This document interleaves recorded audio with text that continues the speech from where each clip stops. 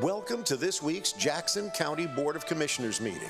This meeting is held in the Jackson County Courthouse Auditorium at 10 South Oakdale in Medford. This meeting is held every Wednesday morning at 9:30, as long as a quorum of 2 commissioners is available to conduct the business of Jackson County. Your Jackson County Commissioners broadcast this meeting over Rogue Valley Television, and it's available for streaming and review at jacksoncountyor.gov. Under the Government tab, under Recorded Meetings, click on RVTV Live Streaming.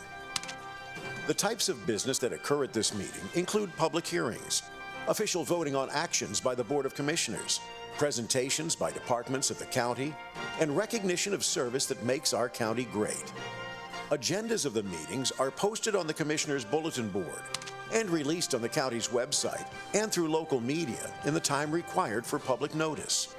Many of the conclusions on the business presented to the Board of Commissioners have been discussed in detail and prepared by the administrative office and staff prior to consideration at this meeting and the official vote.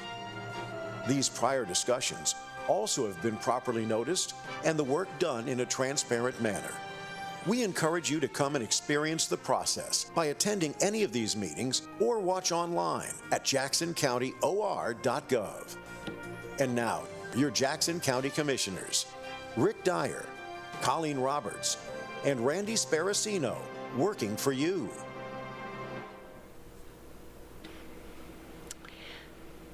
So I'll call to order the Board of Commissioners regular meeting for February 26, 2025. It's 9:30 and we're in the Courthouse Auditorium and also on audio-video conference. And we'll begin with the Pledge of Allegiance, and Sherm Simmons agreed, is here to lead us off. I pledge allegiance to the flag of the United States of America and to the republic for which it stands, one nation, under God, indivisible, with liberty and justice for all. Thank you.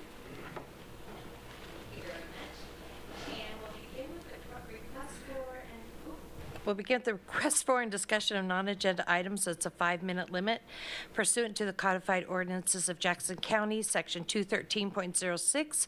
Members of the public may address any item not on the agenda. However, pursuant to RS 192.640, the Board of Commissioners is prohibited from discussing a principal subject that is not on the agenda. Therefore, the Board of Commissioners will listen to your concerns and may consider the matter you raise by asking staff to follow up on any questions or by placing the matter on the agenda for discussion at a future meeting.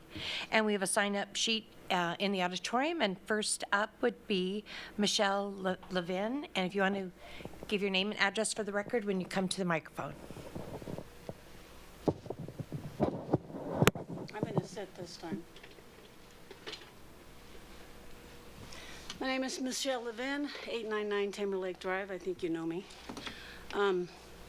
I'm going to ask, first of all, is the 5-minute rule set in stone? Because I have a lot to impart, and I'll come here every 5 minutes for the next year, it seems, if I need to impart all the information I need to impart. The public limit is 5 minutes, and you can leave material or come back. That's your choice. It's set in stone. There's no gray area. It's set in stone. It is something the board has determined for this portion. I'm asking the board, yes. Is this set in stone? Yeah. Okay, I have a correction then, and don't count this as my 5 minutes. I watched the recording from last week, and as you know, I came straight from the hospital, so I did make a mistake, and so I'm going to correct that mistake. I was not a detective.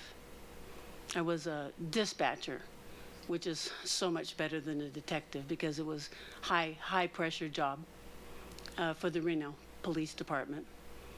And that's what I did before. I came up here and became an occupational therapist. Very high pressure job. Very important job back in Reno. My first career was a police dispatcher in Reno. So I'll just pick up where I left off. So, where did I leave off? Okay, so picked up 3 times, arrested 3 times by, well, first 2 times was by the Sheriff's Department, brutalized by the Sheriff's Department. The third time was by the Ashland Police Department. Let's go there. So I went to the Ashland Police Department for police protection. I felt that my life was in danger because I had all of this information on the sheriff. I went to the Ashland Police. Actually, I was staying at the Holiday Inn Express in Ashland. I called the Ashland Police. I had them call the Ashland Police to the hotel. They came, a sergeant and 3 officers. I said, I need your protection. The sergeant who was there, no. He said, no. We don't know what you're up to, but no. I said, no, you need to help me. No. They refused to help me. I tried to explain. No. They left me. They just left me. So I followed them down to the police station. I said, you need to help me. I walked into the police station. The deputy chief of police came out and told me to leave. I said, no. They arrested me for trespassing. I trespassed on the Ashland Police Department property. They arrested me. I fought them tooth and nail. Tooth and nail. They took me to, and the reason I fought is because I knew they were going to take me back to the Sheriff's Department jail, which again, they brutalized me. I knew they were going to do that. And that's when I ended up here. Now, I knew I needed protection because I was going to come here and tell you the sheriff was corrupt. And I did.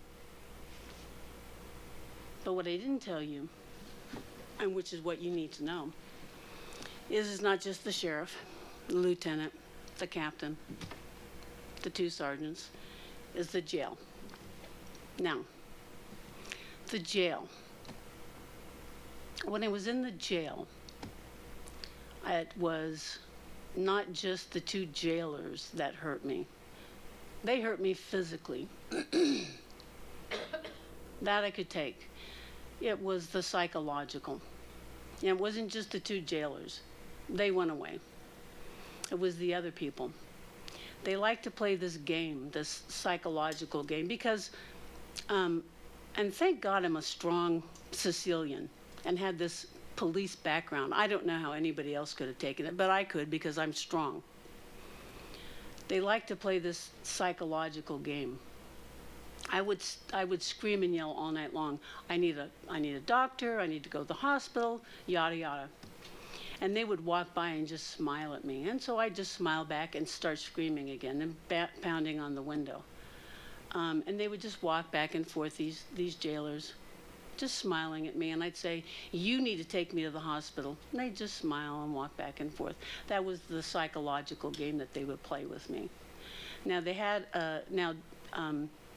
the first time I was put in there, Judge Orr promised me I could have my medication because I'm on 18 pills. He promised me. He said, within 2 hours, you will have your medication. Well, he lied. I didn't get my medication for almost 36 hours. And they sent a nurse in about 15 hours in. The nurse, and I said, you need to make sure I get to a hospital. And he just smiled. The nurse was on their side. He took my blood pressure. It was 200 and something. I said, you now need to take me to the hospital. And he goes, I'm not a doctor. And he left. So even the nurse is in on this, whatever this game is they're playing. Even the nurse. How sick is that? That's pretty sick. So it's a game they're playing. Is my time up? It is. Thank you. Wow. Okay. Well, I'll be back next week. All right. Thank you, Michelle. Next up would be Sherm by the way. Simmons. Can I just say one more thing? I'm going to run for sheriff. I want police protection. You need to get me police protection. not the Ashland Police. I want state. I want police protection. You need to get it from me.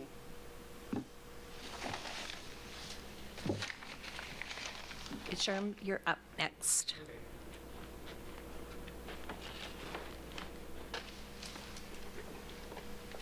All right, I guess I can use this one. Yes, thank Sherman you. Simmons, I live on Highway 234 out by Rainey's Market in Sam's Valley. By the way, as far as the sheriff goes, C.W. Smith, Dennis Smith was a great friend of mine in high school, Crater High School. We've had some fantastic sheriffs and law enforcement in this county as a follow-up on that.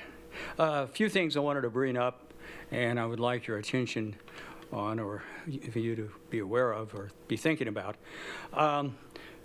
One thing that's really gotten to me, and I've been talking to many people about it, we have these big four-wheel drives on the streets anymore, lights way up in the air, high-intensity lights. I've called law enforcement a couple times on the issue. Bumpers 35, 40 inches off the ground. They'll go right over the top of my mom's Honda that I inherited, and I drive quite a bit for a road car. It's a hazard on the road. When we've got these jacked up trucks, lights way up there, and then of course you stop real fast and they could go right over you. We need to address that issue. If I need to, I'll get a state law adopted where we can, where bumpers have to be a certain height and these headlights, that's a big issue. You know, the dealers are selling these big trucks with the lights, you know, way up there, and I'm not sure how we tackle that one. I'm going to need a lot of assistance on it. But I think you folks, I've talked to a whole lot of people, and when I bring it up, they say, yeah, sure, you're right. Anyway, got to do something about that. Lights and bumpers on these vehicles. It's a hazard to us all.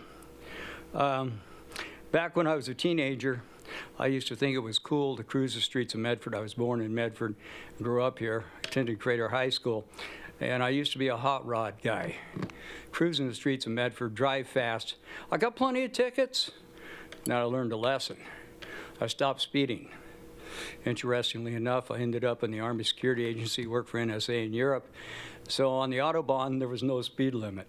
So I learned to drive at a decent rate of speed, and here I am, unlimited speed limits in Europe. I thought that was kind of ironic. In any case, so lights, bumpers, we got to address it. Another issue that comes up, living on Highway 234, that's a cutoff road between the freeway and Highway 62, going to Eastern Oregon. Well, it's a 2-lane highway, it's very narrow.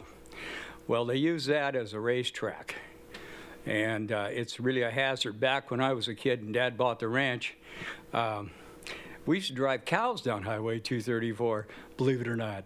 Try that today. Now, yes, Medford is not the same town. This valley's not the same by a long shot, unfortunately. But in any case, we need to address the issue on 234. The road has got to be widened. We need more law enforcement out there. I'd sure like to see more deputies and state police, and I phoned them on this issue several times, out there enforcing the laws, the speed laws. I want the speed limit reduced there by Rainey's Market down to 35. That's like a city out there, and there's no reason for people going through there at 60 and 70 miles per hour. So I need your assistance on that and support. A lot of our roads, you know, like I said, people seem to drive like I did as a teenager. I think we need to be on this. The Sheriff's Department, State Police, slow people down. Get them driving at a decent rate, decent speed. Basically, those are the main issues I wanted addressed. Maybe I can get your support on that. The state law on the headlights situation. I know the manufacturers of those vehicles like to sell them, you know, those big high-end four-wheel drives, but it's a hazard to the rest of us. They're cruising the streets of Medford. I mean, those are off-road vehicles. Give me a break. They're cruising the streets of Medford with those big four-wheel drives. Yeah, I know it's fun. I've got a Jeep Wrangler myself. I bought it when I was teaching high school up in Snoqualmie, Washington, and lived at Snoqualmie Pass. I had a reason for that vehicle. But I see these four-wheel drives out here on the streets of Medford. Doesn't make any sense. You know, it's just a threat. Yeah, high profile, show off those vehicles. Come on, boys. Let's get it right. Anyway, basically, that's what I wanted to bring up, and let's see if we can't maybe address those issues. And I appreciate your time, and I thank you very much. Any questions No, or thank you. comments? I would just like to make a comment. Those issues you brought up are perfect for, we have a traffic safety forum that meets quarterly, and it's got law enforcement representatives from basically all jurisdictions, as well as public works representatives. And that's what they're looking for, is those kind of safety concerns that maybe they can do something about it, but at least you're airing it to a group that can at least, like I say, let you know what might be possible. And I think the next one will be in the middle of May. You can check with our administrative office. Okay, I appreciate that, Rick. Thank you very much for your input. You bet. And thanks for your help and your time. Thank you, sir. Anybody else in the auditorium wish to speak? Or anybody online? Raise your Zoom hand. We'll bring you into the meeting. Madam Chair, there's no one on Zoom with their hand raised. Okay, thank you. And nobody in the auditorium.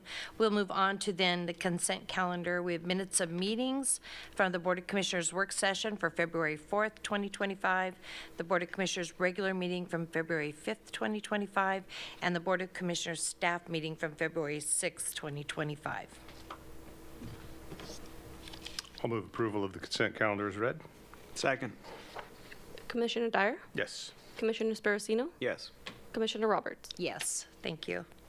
We don't have a public hearing today, but we have a couple items for discussion and deliberation. The first item is an order authorizing a Jackson County purchase order under cooperative procurement and a rider to purchase order under cooperative procurement with Flash Parking Incorporated.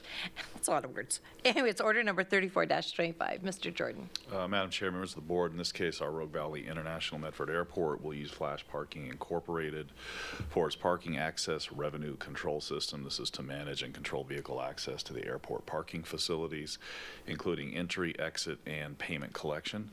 There was a public notice of intent that was published in the February 5th, 2025 edition of the Rogue River Press and also the Daily Journal of Commerce. This is in accordance with prescribed timelines, and no comments were received. The term of the purchase order and rider begins upon delivery and installation of the parking access revenue control system for an initial period of 36 months. It's a financial impact of $472,501 over the 3 years, and that includes equipment, installation, and labor. And I do recommend your approval. Thank you. Any questions? I'll take a motion. I move approval of order number 34-25. I'll second. Any comments? Okay, thank you. We'll take a vote. Commissioner Sparacino? Yes. Commissioner Dyer? Yes. Commissioner Roberts? Yes. And the last item we have is an order authorizing a Jackson County public improvement contract with Infinity Electric Contractors Incorporated. It's order number 35-25.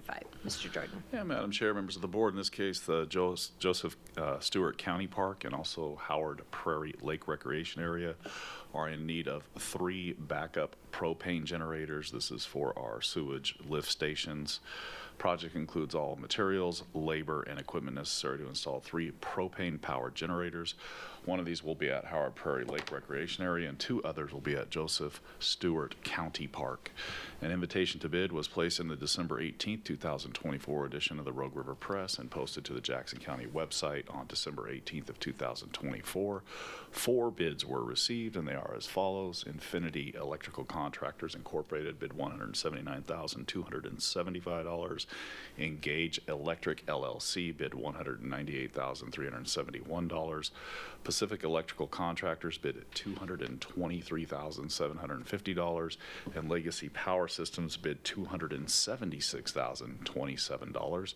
The estimated cost for the project in total was between $100,000 and $200,000.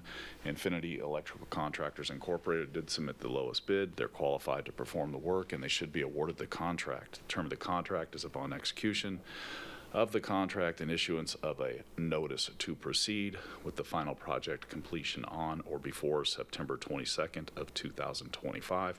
It's an expense of $179,275, and I do recommend your approval. Great, thank you. I'll take a motion. All right, I'll move to approve order number 35-25. Second. Any discussion? I just know we want all of our sewage systems to operate as efficiently as possible. It's Agreed. priority one. It's a good plan. Thank you. We'll take a vote. Commissioner Dyer? Yes. Commissioner Sparacino? Yes. Commissioner Roberts? Yes, thank you. And with that, our meeting is adjourned.